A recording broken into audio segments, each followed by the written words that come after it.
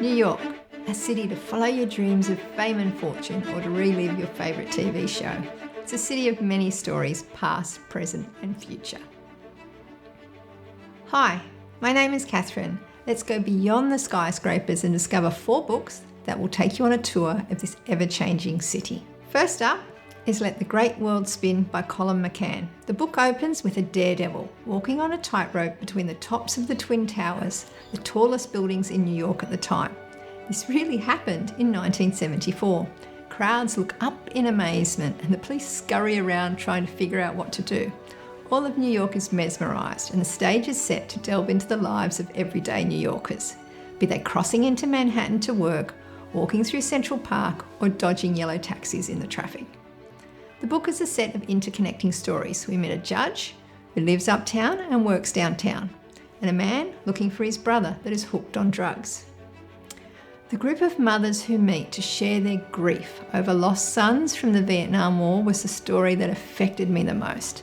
It's the emotional fabric of the life stories that makes this book so compelling. The author uses each character's viewpoint to share different perspectives on the same event, doling out equal doses of sadness and happiness. It's a literary gem.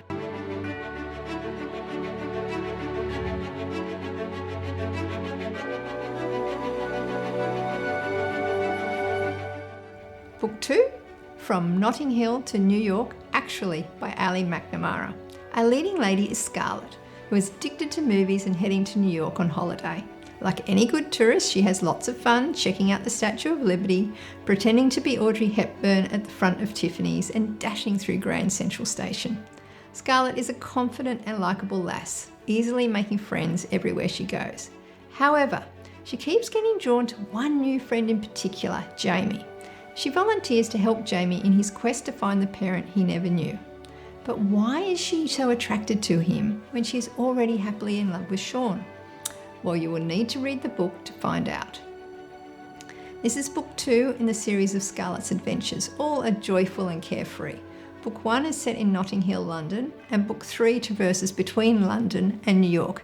Each book ends with a useful summary of places to visit. One of my favourites from the New York list is where to find the world-famous frozen hot chocolate at the Serendipity Cafe in Midtown. This is feel-good chick lit at its best.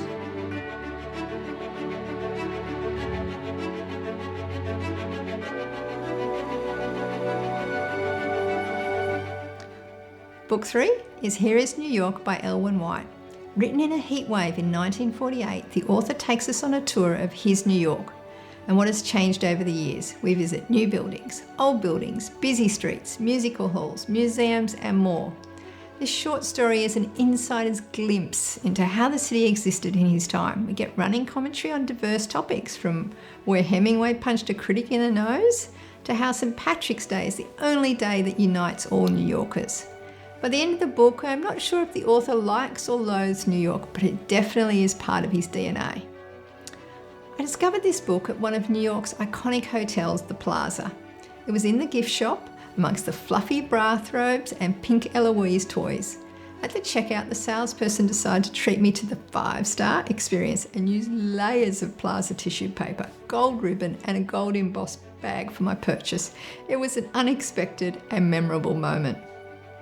My edition celebrates the 100th anniversary of the author's birth and includes an introduction by his stepson, explaining the author's motivation behind the story. The author is also famous for other works like the children's story Charlotte's Web. Overall, this book is a real-world glimpse into New York's past.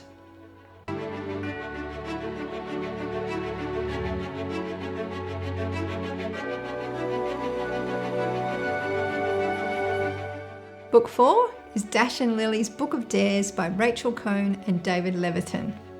It's Christmas time and Lily is lonely. Being an adventurous 16-year-old, she decides to leave a red notebook with a dare in the biggest bookstore in New York, the Strand. Dash, a teenage boy, discovers the notebook and takes on the challenge. They share their hopes and thoughts via the red notebook as the story travels through quintessential New York haunts like Washington Square Park, Macy's, and the East Village. But the question is, will the adorable Lily and the cynical Dash ever meet in person? And will they like each other in real life?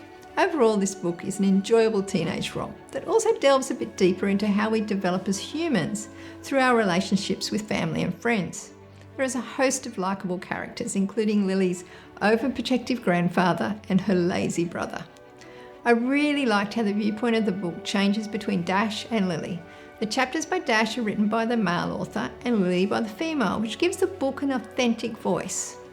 During the writing process, the authors emailed each other chapters as the storyline evolved and often surprised each other with twists and turns. This is a perfect Christmas time read.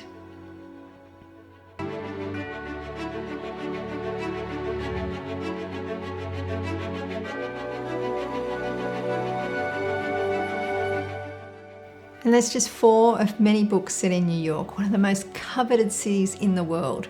What draws you to New York? Let me know in the comments below.